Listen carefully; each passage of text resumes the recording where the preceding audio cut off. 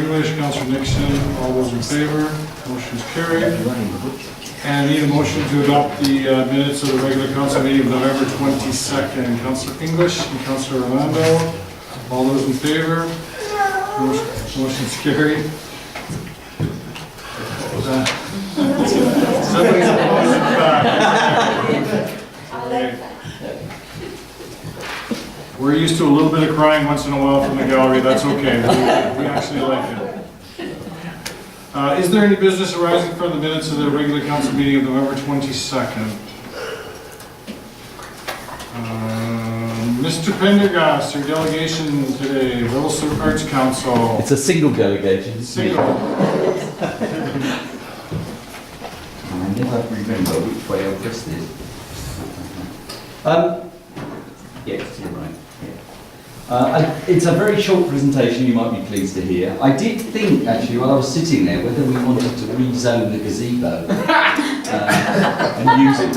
But I thought you probably have had enough of that. Be careful what you wish for. The Street Fest this year. For this year, we had 42 bands that came for the 65 nights. We did have one band not show up, which was the first time that has ever happened to me. And he had a waveboarding accident and damaged his finger, and he just forgot to email, he said. But we, so we actually had one blank night, which we've never had in the past. But, so we hope that was just happened. Local businesses were very supportive of us again. The new lighting console, which we got, is magnificent and is just going to get better and better and better. And we coordinated a lot with the local tourist information this year. They had presence in the Street Fest and shared our tent, and we did a lot of work together, which was really, really good. So we're hoping to build on that for next year. 14 of our bands were local. 20 nights from touring bands. The furthest one came from Scotland. He just happened to be coming through Revelstoke that night, and I asked him early enough, so it was really good. We kept the variety of genres going, so we seemed to please most people most of the time. And Shannon Sternloff stepped in to take Grant's place. Grant had provided us with technical support for many years, but has obviously left the city now, and Shannon's stepped up to do that. The successes this year. We had the largest audiences ever. Partly, as you know, because the Mountain Resort, the Pipe, and we had lots of people around, but they were staying on, and that's really important. The lighting console, as I've already said, was fantastic. The washrooms were a great improvement from previous years. So we were delighted with that because we didn't have the lineups and all the issues that we had in those. 30% new bands, which was probably towards the higher side, but successful. We sold t-shirts and virtually sold out, which was way beyond what we thought. We had to reorder, in fact, partway through, which we didn't think we'd be getting at all. We had a new logo to go with the Street Fest. And support from the city, I do want to mention here, Parks and Recreation, and Tina particularly, Tina Mersh, I must mention in person because she's tremendous. Any time I've got an issue, I just call her. Not that we have many, and she is fantastic. Straight onto it. The issues, the gazebo leaks, even more than it leaked last year, and we actually had to stop 2 shows because the water was running onto their equipment. I understand that it is in their budget for replacement or remedial work or something this coming year, so I think we'll be okay on that anyway. We did have an issue with sound with some of the bands, and I am wondering whether an amplifier system of some sort that we have might be the answer to that we manage and we take care of. The employee pay has been the same since 2008. The seating personnel, and I did talk to you about this last year, the seating personnel, they're the people that put the chairs out and so on. We were fortunate to get a Work BC grant for 2 years, but that vanished this year, and so we had to suddenly come up with the amount of money to pay these people. So that is something we need to look at. And we lost more days to weather this year, but that's not something you have great control over. It's one of those things. So a summary. of the festival this year. It was the best festival season ever, we decided. The online comments that we got of support there were even more of them.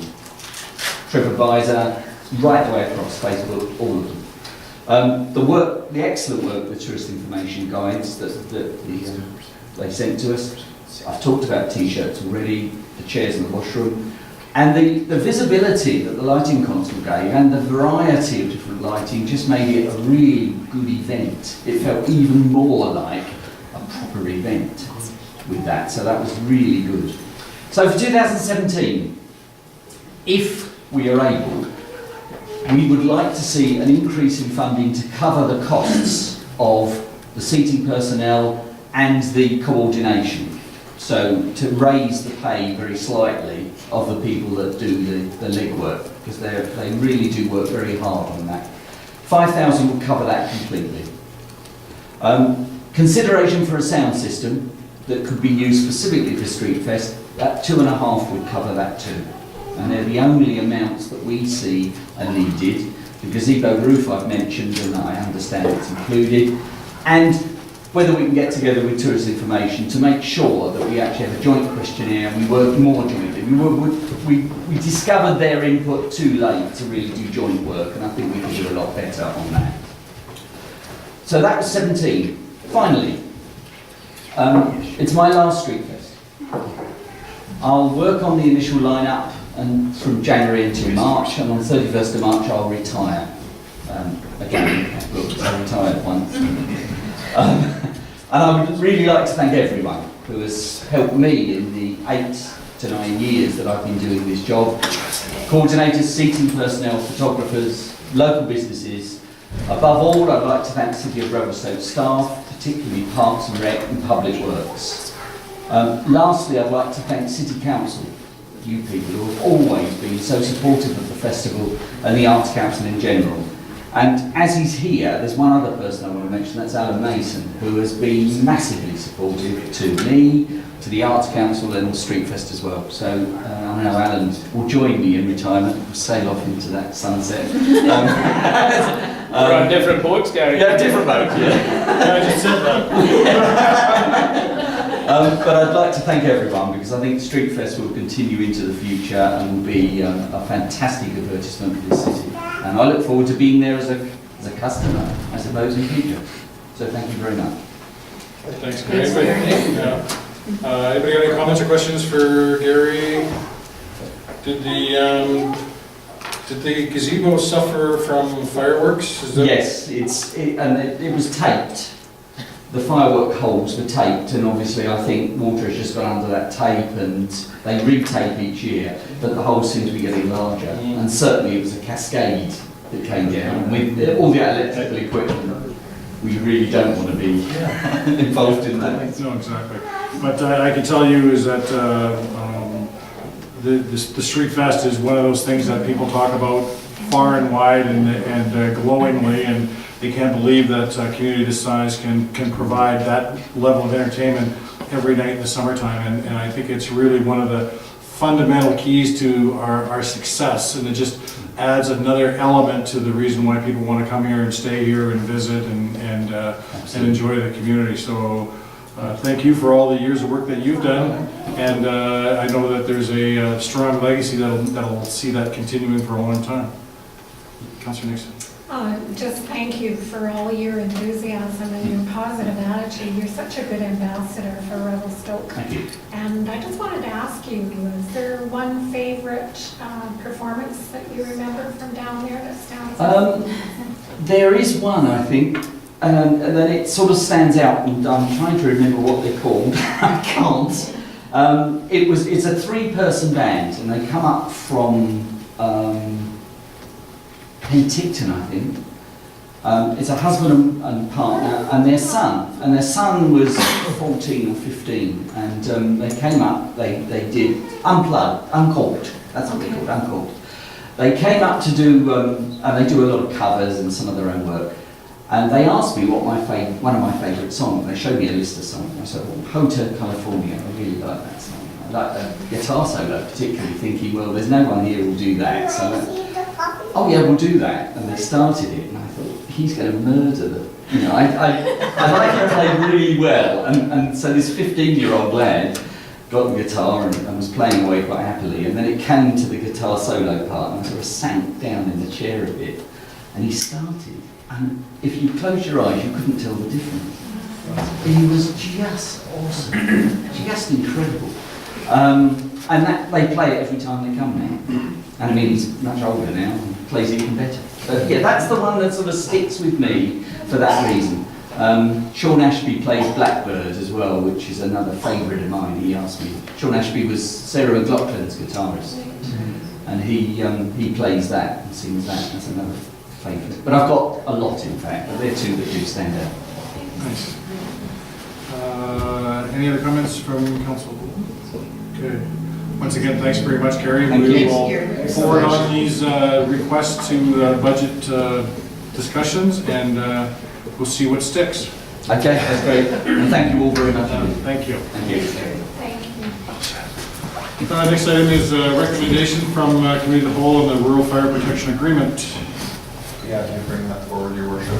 The notice being given to the Columbia Shuswap Regional District that the Fire Protection Service Agreement between the City of Revelstoke and Columbia Shuswap Regional District entered into in 1980 will terminate on December 31st, 2017. Motion by Councillor English, seconded by Councillor Armando. Discussion. And Chief, this is just to encourage the regional district to sit at the table and renegotiate a new deal. That's really the purpose of this. Absolutely correct. Okay.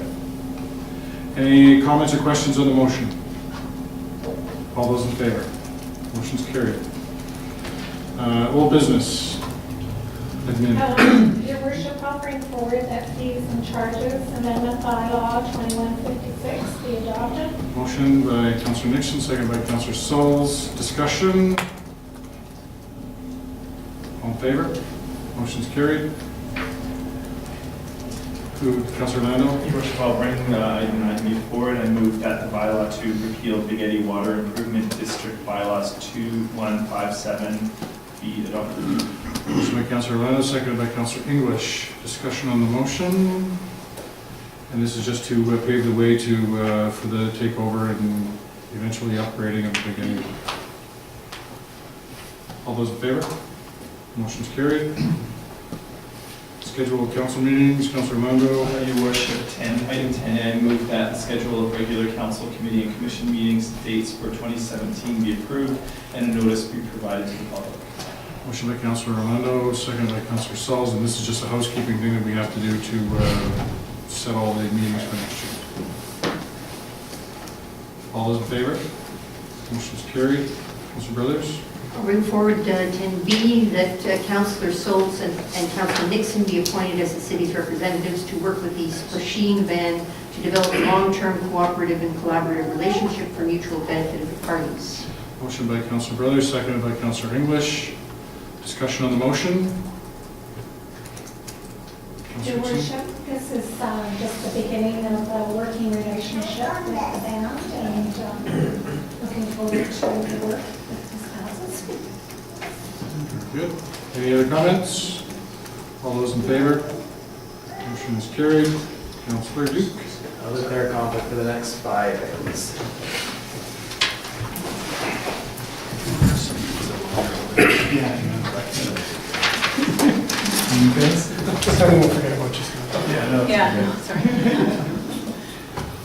This next item is zoning amendment bylaw 2161, the vacation rental, 914 First Street West. And Mr. Strachan, you have a presentation. Very briefly, Your Worship, I promise. Gotta get to it. I think I froze. No presentation, Your Worship. So this application, as noted, is for 914 First Street West. It's a vacation rental that includes the main part of the home as well as a secondary suite. The proposal is for the vacation rental to be in the one-bedroom secondary suite. Thank you, Your Worship. Mr. Strachan. Your worship, I'll bring forward that the application is so 914 First Street West. legal description in your packages from R2 to R2B, from single and two-family residential vacation rental district be approved. Motion by Councillor Nixon, seconded by Councillor English. Any discussion on the motion? I just find it interesting, and I'm seeing more and more people are doing this, where they're doing one-bedroom or two-bedroom vacation rental, and this is a full family, full house vacation rental zoning that we're doing, because we haven't split up the zones yet, if that's what our intentions are going to be doing. That's correct, Your Worship. So you're seeing the market or the community responding to what council has been saying, has been supporting and not supporting. So we are seeing more applications that have got this broken component where there's going to be somebody residing either in the main part of the house or the secondary suite. And we'll begin that discussion in January as to how council wishes to break apart the bylaw to create those two categories. And then from that, consider what's going to happen with the cap. And is there an opportunity to have the cap disproportionately allocated or not? That's the next step. And I think I've said this several times, this is not the end of vacation rentals. We're just getting started. At least we're going to have a regulatory framework with people with licenses that are contributing to the community. And now we've got a point of a regulated body that's not just going to be paying their fees and being a part of it, it's going to police itself to a certain extent as well. If you're paying the fees and you put your $1,800 on the counter to be a vacation rental, you're not going to be all that happy with somebody that's operating illegally in the community. And we're already seeing that. The people are, essentially saying, hey, come on, I'm doing this legally, you guys are enforcing it, what are you doing about these? And we're actively enforcing now through the internet directly and having some success with that. The question earlier today was how many vacation rentals have been converted back to residential? We're at a dozen now. We've converted back from legal vacation rental as a means to address our inserting ourselves into their lives through Airbnb to make us go away, essentially what's happening. And the reason why I bring my comments now is that, is there a way where this vacation rental at this early stage can be diverted over to a one-bedroom suite vacation rental as opposed to a full house vacation rental?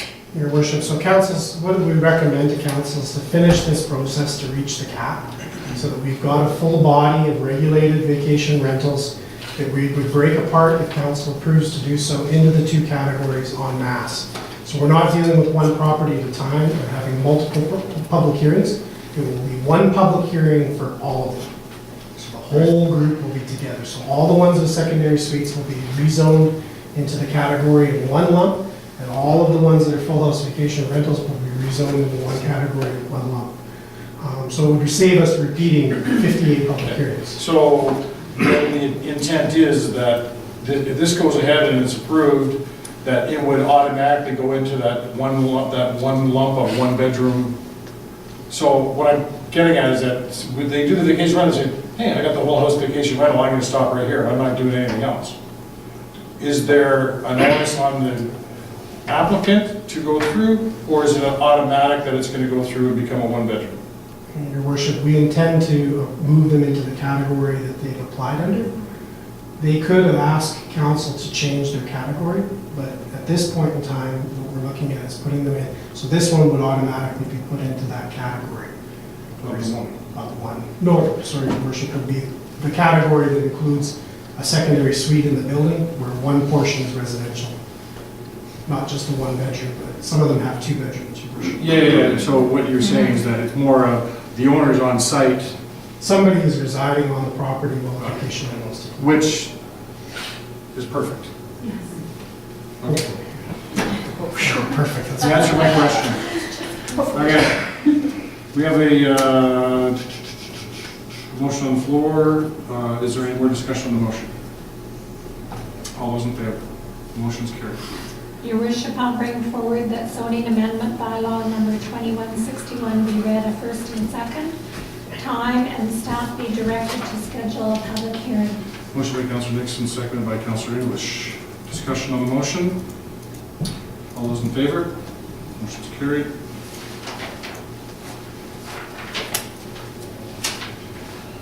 Oh, sorry, Councillor Lindo. Oh, no. I'll forget to do the next one.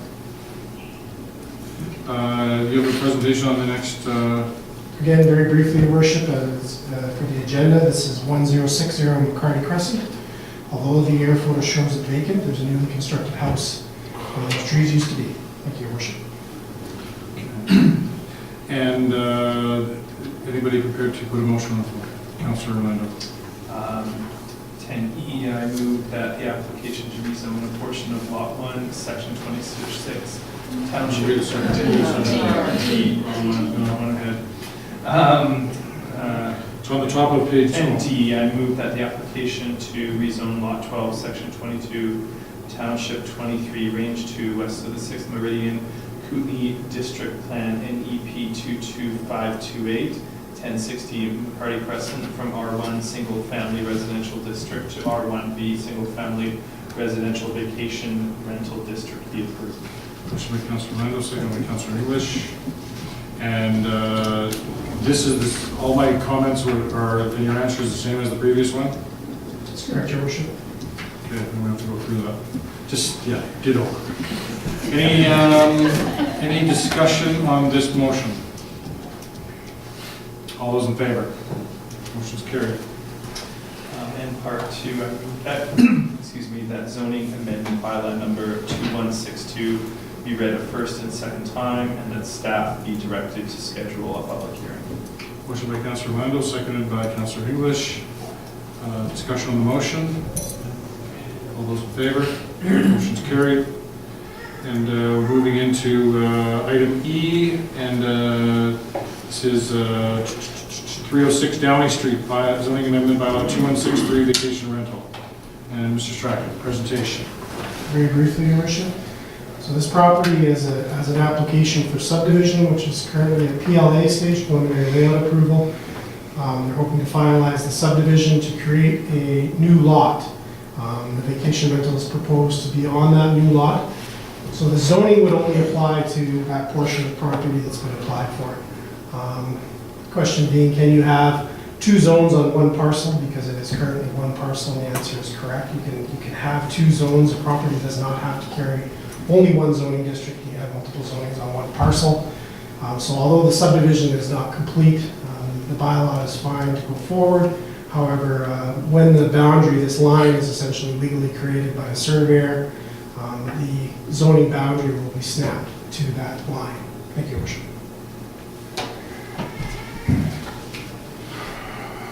Is anybody prepared to put a motion on the floor? Councillor Solis. Your Worship, I'll bring forward that the application to rezone a portion of Lot 1, Section 26, Township 23, Range 2, west of the 6th Meridian, Kootenai District Plan 9471, 306 Downey Street from R2A, Special Low Density Residential District, to R2AB, Special Low Density Vacation Rental District, be approved.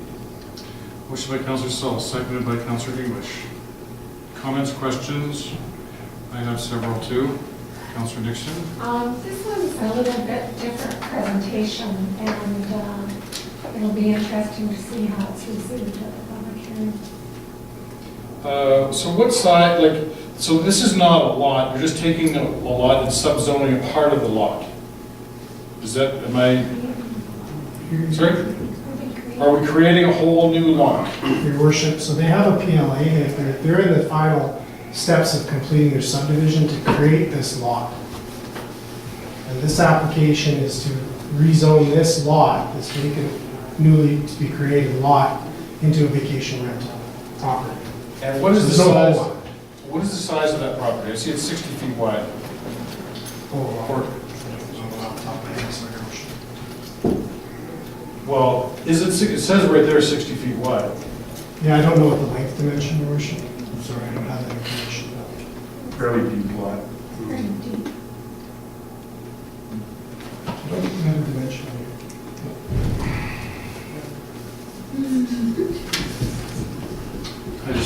I find the whole thing a little odd myself. And I have concerns about if this is what we want to be doing. Councilor Nixon, do you have comments? Well, I'm just going to see how the neighborhood reacts to these things. Any other comments? Councillor Sauls. Your worship, I know the person that's putting this forward. He's getting a piece of a property from his grandfather to put on a home in which to raise his family. They're into teenage years, and at some point he'll be wishing to rent out a portion of it for vacation rental, I guess, as the children leave home. I'm not sure whether there'll be no bedrooms at this point to start, but that's basically his intention. He's wanting to move there and build a house and go forward on this lot.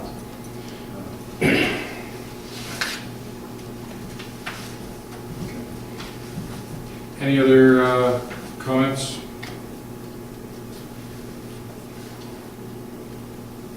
I'm inclined to not support this. I don't know if I'm convinced that this is good planning or not. I have concerns about it.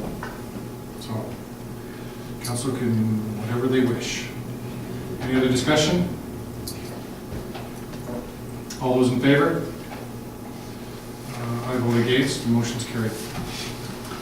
I go on to number 2, that says the zoning amendment bylaw number 2163 be read a first and second time, and staff be directed to schedule a public hearing. Motion by Councillor Saul, seconded by Councillor English. Any discussion on the motion? All those in favor? Motion's carried. I'll volunteer for it. Well, we're going to have a presentation first. Okay. We're into zoning amendment bylaw 2164, which is a vacation rental, 1789 Hay Road. Mr. Strachan. Thank you, Your Worship. As noted, it's an application for vacation rental 1789 Hay Road. The subject home has 3 bedrooms, as well as they're proposing a future 2-bedroom secondary suite. And they've indicated that they would be renting the secondary suite under their proposal as a vacation rental. Thank you, Your Worship. Councillor Brothers. Bring forward part 1, that the application to rezone Lot 8, Section 23, Township 23, Range 2, west of the 6th Meridian, County District Plan 9484, 1789 Hay Road, from R1 Single Family Residential District to R1V Single Family Residential Vacation Rental District be approved. Motion by Councillor Brothers, seconded by Councillor Sauls. Discussion on the motion? All those in favor? Motion's carried. Part 2, that zoning amendment bylaw number 2164 be read a first and second time, and staff be directed to schedule a public hearing. Motion by Councillor Brothers, seconded by Councillor Sauls. Discussion on the motion? All those in favor? Motion's carried. And you're going to recuse yourself. 10G, Your Worship, solicitor and client relationship. We're into zoning amendment bylaw number 2165, which is a vacation rental at 1921 Aspen Crescent. And Mr. Strachan, you have the presentation for us. Very briefly, Your Worship, as noted, vacation rental application for 1921 Aspen Crescent. The application is to do a vacation rental with a full home, 4-bedroom home. Thank you, Your Worship. Thank you, Mr. Strachan. Anybody prepared to make a motion? Councillor Sauls. Your worship, I'll move that the application to rezone Lot 31, Section 23, Township 23, Range 2, west of the 6th Meridian, Kootenai District Plan NEP 87983, 1921 Aspen Crescent, from R1 Single Family Residential District, R1V Single Family Residential Vacation Rental District be approved. Motion by Councillor Sauls, seconded by Councillor English.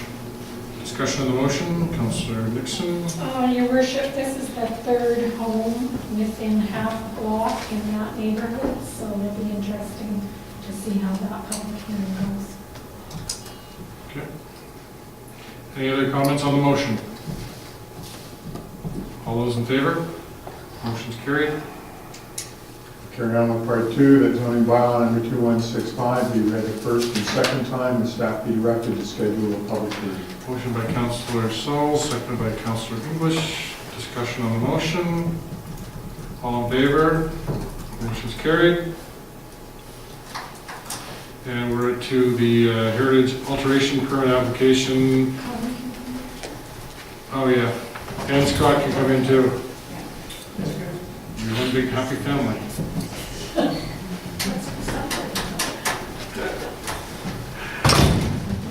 beer.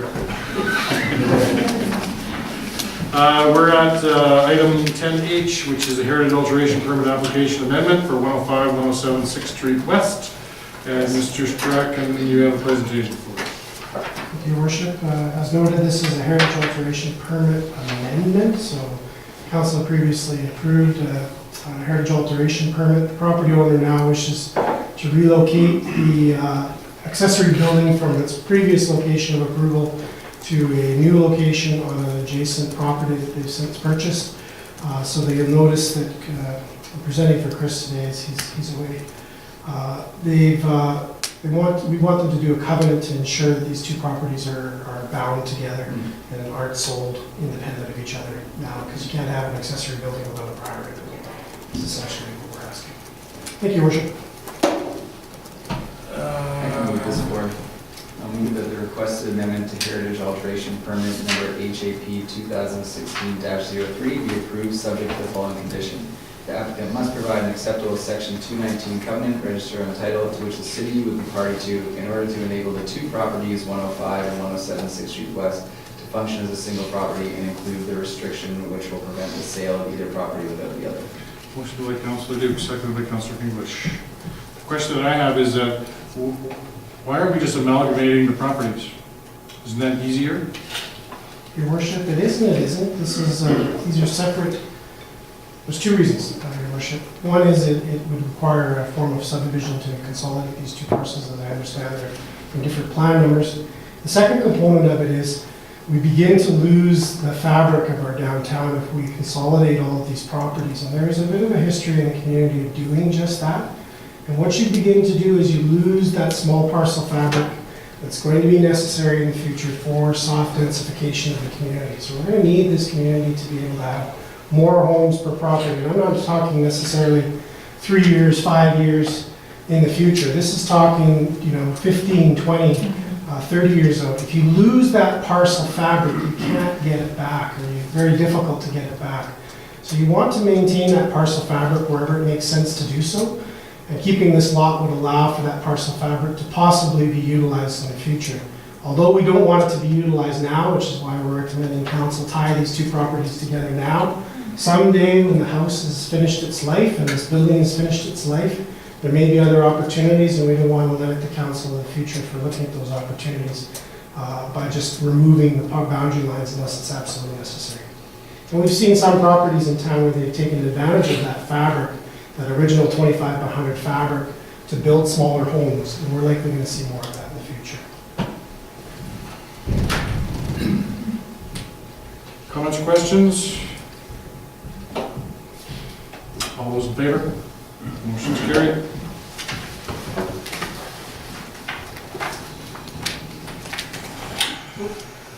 I'll do Your Worship. I can read out for it. Yeah. So I move that the report dated November 24, 2016 from the Director of Community Economic Development be received for information. Motion by Councillor Lando, seconded by Councillor English.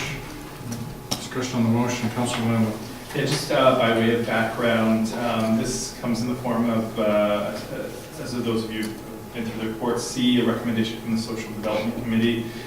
They had caught wind of potential changes in the future related to, as it says in the report, related to potentially moving the Social Development Committee under another department, and the committee has prepared, Alan and the committee has prepared this report, basically putting the case forward for why they feel the community economic development, why the Social Development Committee should be under the Community Economic Development Department as opposed to other departments. And I guess the background that I can put forward that is not contained in this report is, as you know, the Social Development Committee is a big committee. There's 15 members on there.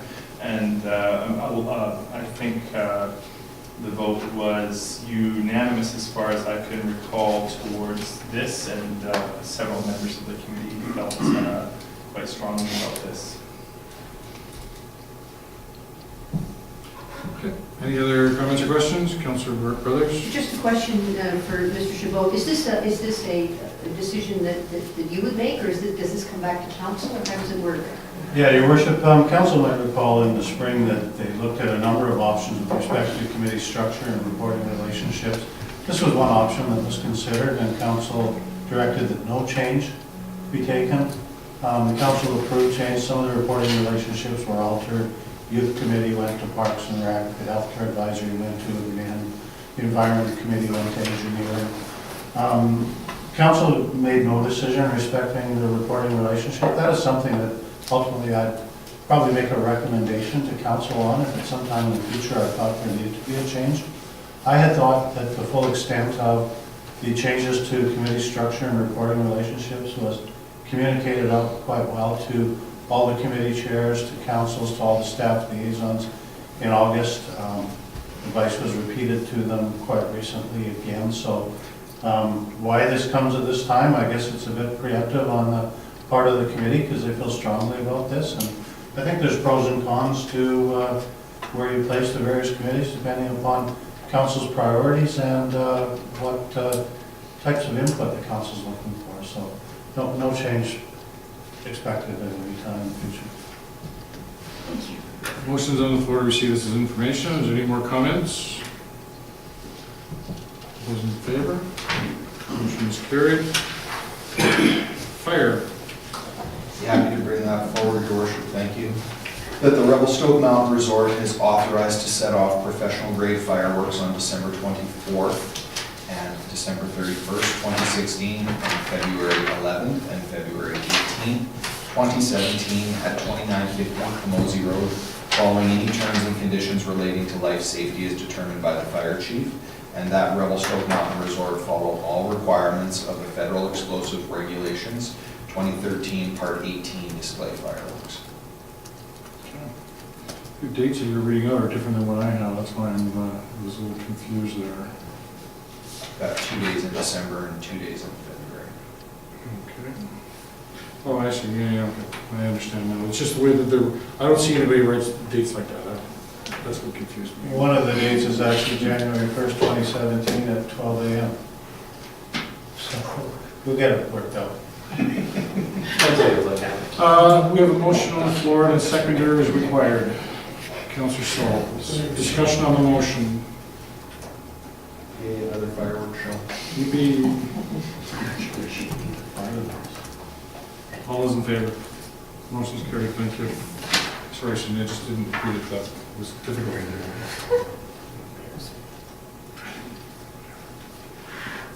Item K, administration. Councillor Brothers. The janitorial contracts for the Public Works Facility, City Hall and Council Chambers, public washrooms and dust stops for the RCMP facility be awarded to Evergreen Building Maintenance, Inc., and that the corporate officer and the mayor be authorized to sign the contracts. Motion by Councillor Brothers, seconded by Councillor English. Any discussion on the motion? Councillor Sauls. Your Worship, just a question, staff, is this a new contract, or just a new contract with continuation of whoever's been doing it? New contractor. New contractor. It was all public tendered, and this is the successful bidder. Good, thank you. Any more discussion on the motion? All those in favor? Motion's carried. We have item of correspondence from the Region Inn regarding provincial tax regulation. This is something that a lot of resort municipalities are taking action on. It's something that we made a resolution towards the UBCM. We're being asked to write a letter to the government, and even though we have supported this and we've done lots, I don't think that writing a letter is going to hurt. But I require a motion from council. Councillor Nixon. So moved. And Councillor Land. Is there any discussion on the motion? Everybody's clear what we're talking about? We're talking about basically vacation rentals and the charging of PST, GST, and MRDT, EIO, whatever else the government decides. Any more discussion on the motion? All those in favor? I'm getting tired. Next item is the Columbia Valley Skateboard Association funding request. I have a conflict as I'm a board member of the Revelstoke City Council. Councilor Duke. This is another board member that's been in the audience here and has been sitting through our entire meeting to this point and is wondering if you can listen to council's audience for a couple minutes to speak to this.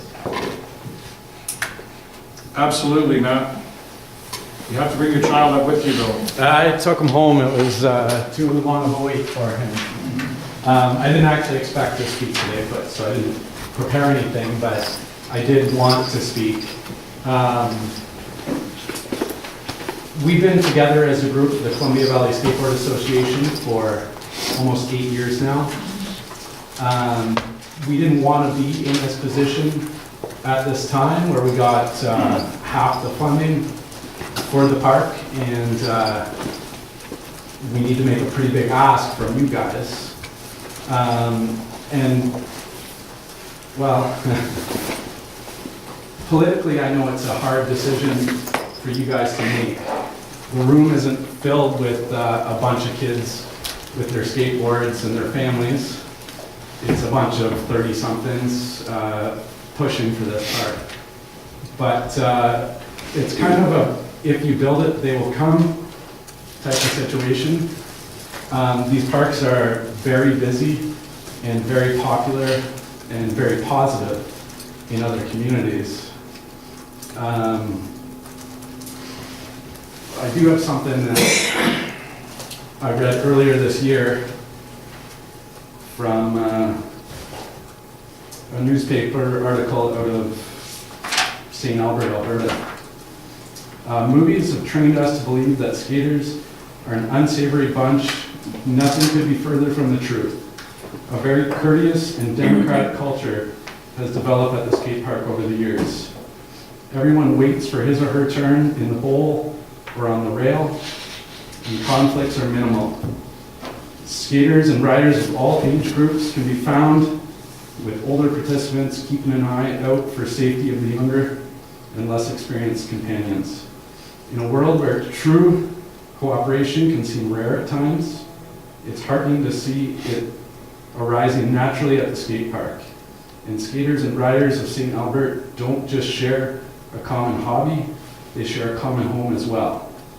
If a few more skate parks like St. Albert's existed around the world, that delinquent skater stereotype would quickly become a relic of the past.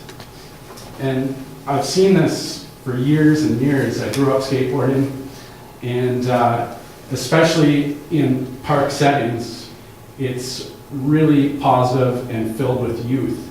And I think a lot of people look at this as something for adults, because most of the skateboarders that you see and users of the park currently grew up skateboarding in other communities and then moved to Revelstoke. It kind of speaks to how poor our park is that no kids are coming up skateboarding in Revelstoke because the facility is just that poor. It needs to be upgraded. And if we don't really make a push now, 8 years into it, we have $500,000 worth of funding that's going to be lost, and we're going to be back to square zero. Mixed with the fact that, you know, the city has been great in sponsoring us for a lot of big federal grants, and unfortunately for us, they've all come up short. And things like the splash park and other facilities are coming up behind, and council can't just keep on continue picking the skate park. It really does need to be built, and or else we're going to lose it. I don't think, you know, we're going to get the funding if this doesn't come through this year. Yeah, lastly, I just want to reiterate, like, if we had something even half decent, this whole room would be filled with skateboarders and their families, and bikers and scooter kids. It's just, we need a better facility, and we kind of need to make a push now, or else it's not going to happen.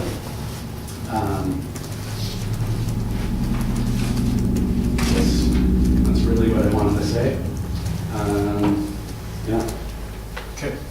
Well, what'll happen, Matt, is that this will go into budget discussions, and council and staff are gonna have to sit down and really decide how much more they want to get involved, because you know, we have made a commitment with RMI funding and have supported it, and you're exactly right. We've supported it probably to the detriment of other facilities that are looking to get in the queue, and so I think you've hit the nail right on the head, is that, you know, we gotta get on with it or get off the plot. And I guess, like, again, the point that I wanted to make is, like, 5 years from now, when we have this amazing facility, hopefully we do have this amazing facility, there will be no naysayers. I know this for my experience. These parks are extremely busy. It's going to be the busiest park in all of Revelstoke, and very positive, which I think is something that goes to what I read there, is how positive these parks are, that people who haven't seen them think of skateboarders and these facilities as a place for delinquents to hang out, and it's going to be something that you guys as councillors, I feel, will look back on and will not regret a decision if you support this. Okay. All right. Any council brothers? Just a question, Matt, in your letter you indicate that with $225,000 from the city of Revelstoke, it will trigger construction starting in May, but I thought you were missing 500, so I mean, is there a commitment for the other two? We're asking the regional district for 200,000, and we have a campaign right now, a fundraising campaign we hope to yield $125,000 from.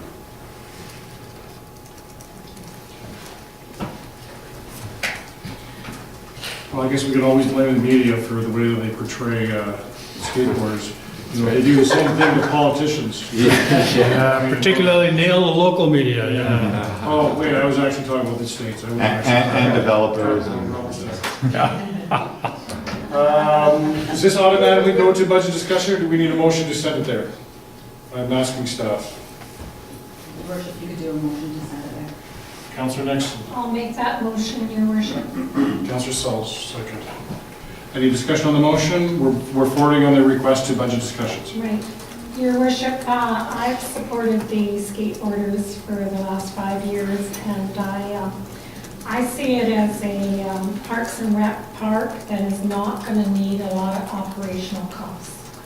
Once it's built, it's not going to have a big operational cost attached to it. So I'm not saying that let's just go ahead and give that much money, but I do believe in the park and the future of that park. So I certainly support it going forward to budget discussions. Any more discussion on the motion? All in favor? Motion's carried. Thanks, Matt. Thank you. Oh, you have a councillor sitting out there.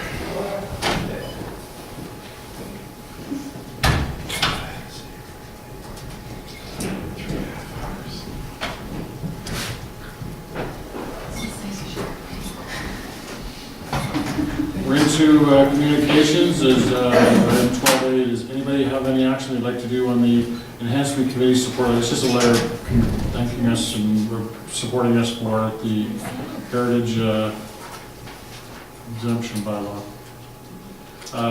Any action anybody wants to take on the letter from Peter Cameron on the DVP 2016-12 as the Maple Street development? Councillor Nixon.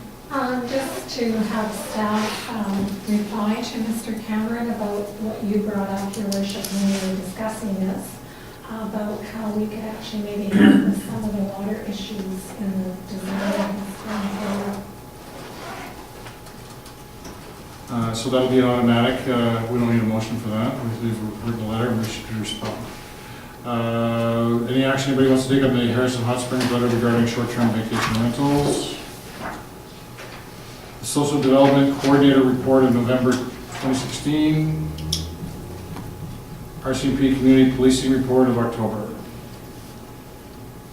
Questions from the media? None for me, your worship? What? Mr. Cooper? Well, I hate to ask one right now, but what's wrong with the CSRD fire agreement? It's from 1980 and it needs to be updated. Any particular reason or? Your worship, it's actually not really legal due to its perpetual nature. It offends the Perpetuity Act, and nor does it reflect the modern realities of the fire service business today, and sorely in need of a rewrite to ensure its legal effect and protects the interests of both the ratepayers and the properties that are protected by the service and our firefighter personnel. All right, that's it.